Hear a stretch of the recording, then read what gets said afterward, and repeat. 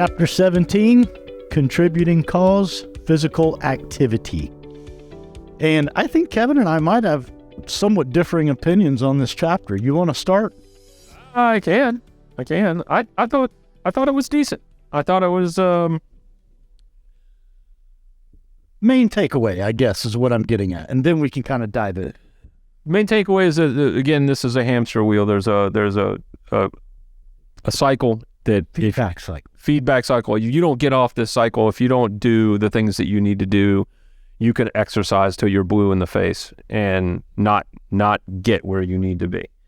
But the other aspect of that is you're not going to do the dietary things that you need to do without the exercise. So there is a feedback cycle that actually is pretty dynamic. I mean, we have our own gym and we do wellness with the gym, and this just opened my brain quite a bit to how can we help people further. And one of that is that you got to be dedicated to start. I mean, especially we'll get into some of the stuff, but you got to be dedicated to the goal, and it's not just the goal is to be at the gym 4 days a week. That's not the goal. The goal is to overall health improvement. And we'll talk about how that occurs. But yeah, he starts by basically saying that, a study of 1.2 million Americans found that those who exercise had 43% fewer days of poor mental health, even after controlling for physical and socio-demographic characteristics. The study found that any type of exercise was better than no exercise, but that the largest types were seen in team sports, cycling, aerobic, and gym activities. The optimal dose was 45 minutes, 3 to 5 times per week. So he said, all right, if you stop there, exercise is important. He goes, yeah, but it gets deeper than this. So that's my opening. That's all? That's it for so far.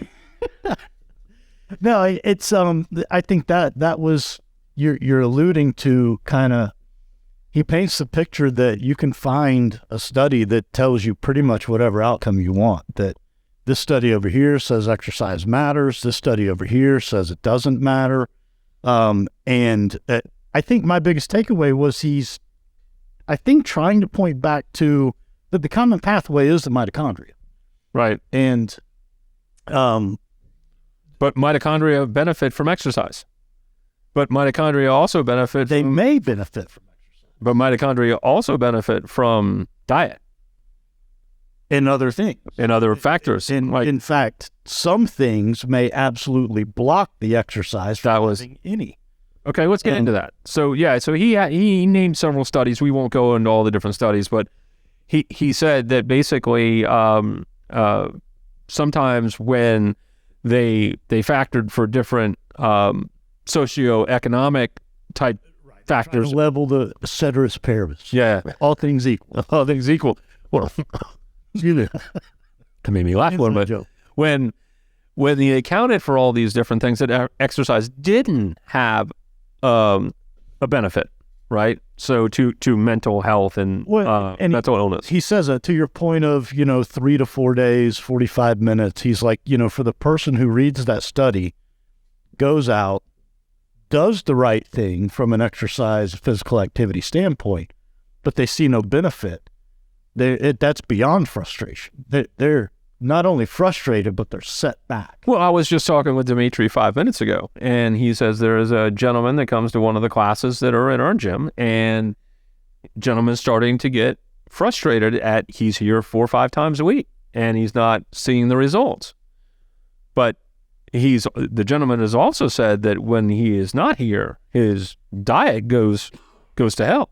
What result is he looking for? Is it mental health? It's physical, overall metabolic health. The guy wants to improve, wants to not be depressed, wants to, there's a bunch that's to it. Yeah. So yeah, it's pretty important. So I guess that the terms that he used was, he actually made a statement, in otherwise healthy people, it's known that exercise can improve metabolic health. So that's the kicker. Otherwise healthy people. So there's your feedback loop. You gotta have credit to get credit, right?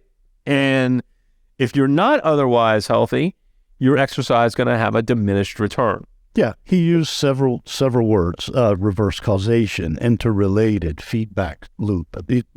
So So he, he mentions one reason maybe insulin resistance. well, so that's what I was going to move kind of to the next block. He says, so why don't treatment studies consistently show a benefit? And he gets into a few of them. The first one being insulin resistance. Yeah. And we're not. I mean, insulin resistance is when your body is not able to take the insulin and deposit it to the muscles where it needs to go. So it makes sense that insulin resistance is not fueling muscles, not fueling metabolism. It's not Blocks the benefits of exercise. blocks the benefits of exercise. So if you're type 2 diabetic and you're doing nothing, or you have insulin resistance and you're doing nothing to improve your diet and become less insulin resistant, you can work out till you're blue in the face. Yep. So the next one was other substances and lifestyle factors. So from there he kind of alludes to, if you're an athlete, you understand that you need a proper diet, you need to get good sleep, you need to refrain from alcohol and drug use. So he points to those things as, you can exercise till you're blue in the face, but if you're doing these things all wrong, You're drinking a bottle of wine a night. Right. Bad news. Next one was medications. And again, I would have put this in the last chapter under drugs, but he's putting it here. But he's picking on specifically diabetes. Yeah. So there was probably more metformin, which is one of the more popular diabetic drugs. He basically says that, some psychiatric medicines, especially the antipsychotic, are known to cause serious metabolic disturbances. So, again, if you're on a type 2 diabetes drug like metformin, you are less likely, until you change the diabetic outcome, you are less likely to get the benefits of exercise, both in the brain and metabolically. Which can be so frustrating. I met with a lady recently that she had been diagnosed type 2 diabetic for some time. She couldn't do anything about it, so she thought. And she knew my mother. My mother was like, "Hey, talk to. Hello, Siri wants to talk to you." Sorry, They're always listening. I do that to spam callers. I just make them sit. I mute it so they sit and talk to themselves. But so anyways, my mother points this lady to me, and I just kind of explained to her. I had her give me a food list of what she was eating, and I explained to her the carbs that were in it, and how to reduce that, how to change that. And she was excited. She actually texted me like a day or two later, first time my blood sugar has been in control in 3 years, right? So about, 2 weeks or a month go by, and I send her a text. I said, "How you doing?" "Hey, looking for an update." And she said it proved to be too difficult. I couldn't do it. And I don't know where you go from there. When you see the benefits of basically a low-carb diet, and she shunned it. And I don't understand that. Was she still exercising, or was she exercising at all? That's where I think the benefits are. That's where you can't, in my opinion, go on a lifestyle change like that, one without the other. They are absolutely collaborative in nature. The diet helps the exercise, and the exercise helps the diet. Yeah, and just having support, which I found strange because she did say her husband was absolutely loving it. He was not eating any more carbs. So it seems like she probably had the support, assuming that's a healthy relationship. I don't know. Some people have those. I mean, He wasn't the one who needed to make the change. He probably didn't have as much addiction when it comes to the sugar that she does. Yeah, I don't know. Maybe. Okay. So anyways, I didn't mean to go down that, but He says towards the end here, the bigger challenge is getting people who are metabolically compromised to follow through with an exercise routine. They lack energy and motivation. Their metabolism is doing this to them. So he's trying to like, all right, you are a little bit of a victim, but you also can control some of that. Yeah. So, I mean, he pretty much wraps it up. He said it's not their fault. Right. You know, I mean, But, yeah, you know, well, that's where I said they walk hand in hand. In my opinion, like I know the old rule is, weight loss is 90% diet and 10% exercise. I would, after reading this chapter, I'm sitting there going, it's not so true. I mean, yes, you can lose weight on diet alone without exercising. But if you want to create a long-term sustained plan, you need to exercise as well.